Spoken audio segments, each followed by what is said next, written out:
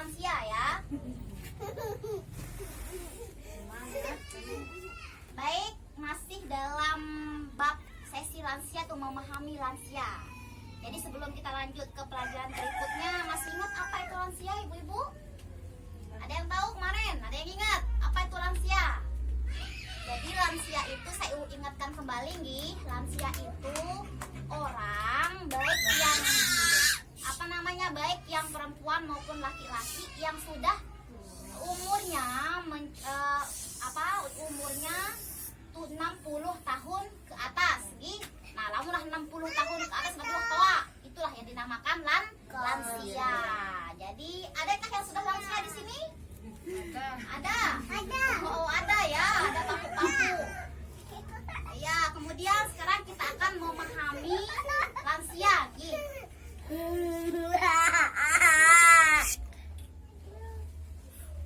Nah, sekarang bab yang berikutnya itu kita akan pelajari tentang kondisi lansia. Kondisi lansia itu terbagi menjadi 3. Pertama, kondisi fisik. Apa kenang kondisi fisik, coba? Kondisi fisik, kondisi awak berembing, ya kenang kondisi fisik. Kemudian yang kedua ada namanya kondisi psikososial. Apa kenal psikososial? Berbentem, berinteraksi, berhubungan dengan masyarakat. Nah, kemudian yang ketiga ada namanya kondisi spiritual atau rohani. Apa kenal spiritual atau rohani? Jiwa rohani, jiwa dalam, angan sebagai masalah agama intinya ya, secara global. Nanti kita akan jelaskan satu persatu bagaimana kondisi lansia tersebut. Pertama, kondisi fisik. Perubahan fungsi organ tubuh yang menyebabkan terjadinya apa? Perubahan suhu tubuh, menyebabkan kulit kering atau keriput. Ya tidak, kalau lansia keriput tidak kulitnya. Iya, keriput tapi tidak bisa disetrika. Yang bisa disetrika itu hanyalah baju yang keriput, pakaian yang keriput. Akan tetapi kalau kulit lansia yang keriput tidak bisa disetrika, malah lebih parah nantinya, Bu ya. Kemudian gangguan gerakan akibat radang sendi tulang rapuh. Kalau dia berjalan lelah, sakit terjengku, sakit lututnya, Bu ya, aduh sakit, nyeri. Nah, gitu nih. Kemudian gangguan panca indera, penurunan fungsi penglihatan, penciuman, pendengaran, pengecap. Nah, panca inderanya misalkan dari segi penglihatannya sudah berkurang, udah rabun, Ibu Gi. Kemudian apa lagi? Dari segi penciuman, wah diencara masak ambun kando, wah kah tawambu, wah kah narain aras ambu.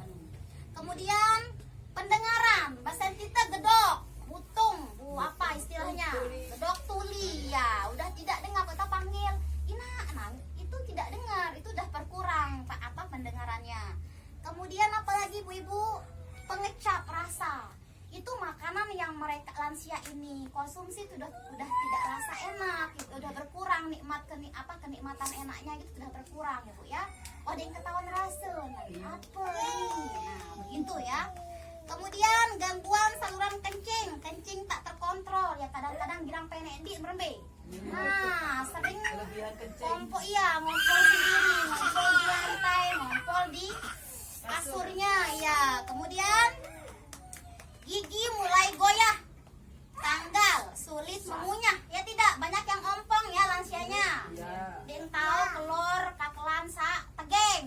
Ya, yang sulit dicerna itu tidak. Iya, tolang-tolang kacang-kacang sudah tidak lagi bisa lagi dikonsumsi karena giginya sudah ompong. Ya, kemudian sakit muncul penyakit kepikunan. Tahu apa pikun? Suka lupa. Sekarang kita kasih tahu, dia sudah katanya lagi nanti lupa saya. Itu adalah yang dialami oleh lansia secara fisik, kondisi lansia secara fisik. Kemudian stroke, darah tinggi, radang sendi dan lain-lain. Ya tidak ibu-ibu? Ya, kalau sudah tua ini banyak rentang namanya penyakit. Darah tinggi, bau, salah angan, naik darah. Kemudian stroke,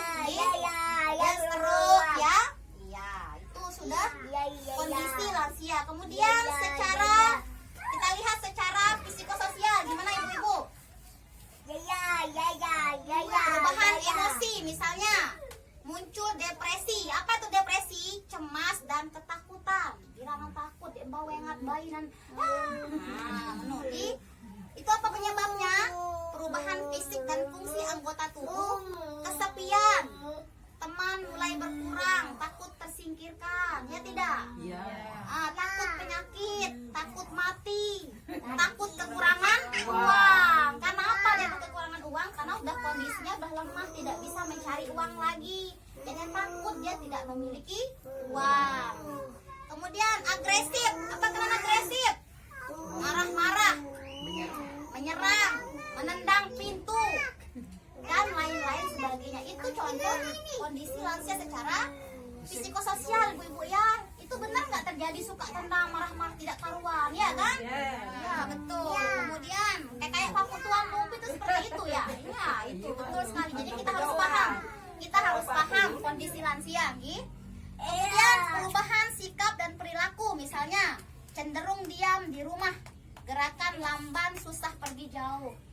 Tira-ira ojok tuh, betangku ojok tuh li jauh, dek tahu bilu aku, sakit jengkung, nah kayak gitu, Kemudian murung, melamun, memerlukan teman bicara. Ya, narak kanca, nanggih mele, ngeraos-raos kanca badan batur. Kemudian berorientasi pada masa lampau, dia suka ingat pada masa lampau, masa laik, waktu sabajang laik, waktu dia masih muda dulu, itu suka dia ingat-ingat gitu ya.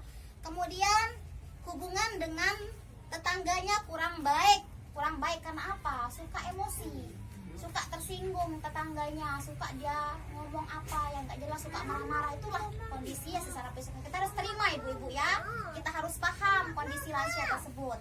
Kemudian yang ketiga, spiritual atau rohani. Kondisi spiritual atau rohani.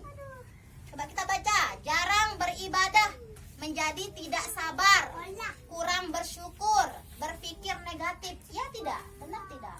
Kenapa ibadahnya misalkan ke masjid nih jauh, jadinya kurang dia ke masjid, bisa ke rumah saja gitu. Misalkan biasanya yang sering sholat tahajud malam sekian rakaat berubah menjadi 2 rakaat, dia agak malas karena memang kondisi tubuhnya lemah. Ya. Kemudian tidak tabah dalam menerima kondisi penuaannya. Karena menua, karena harus memakai alat bantu apa? Kawih tunjang, kursi roda. Nah, gitu ya. Gengsi tengah si dengar, nanti nggak mau dia merasa lemah, akan tetapi harus dia butuh namanya tunjang, kursi roda, nah kayak gitu. Kemudian kurang mau berbagi dengan orang lain, betul tidak ini? Gimana? Yang punya lansia di rumah, oh iya, mau kalau makanan maunya sendiri ya, nggak mau berbagi, oh gitu contohnya iya. Selalu menunjukkan super powernya dan menganggap diri selalu benar, betul tidak? Tidak mau disalahkan ibu lansia ini, selalu menganggap dirinya paling benar. Ternyata iya. Berarti ibu-ibu ini sudah banyak mengalami lansia di rumah, punya lansia di rumah ya. Pantesan tahu, pantesan paham.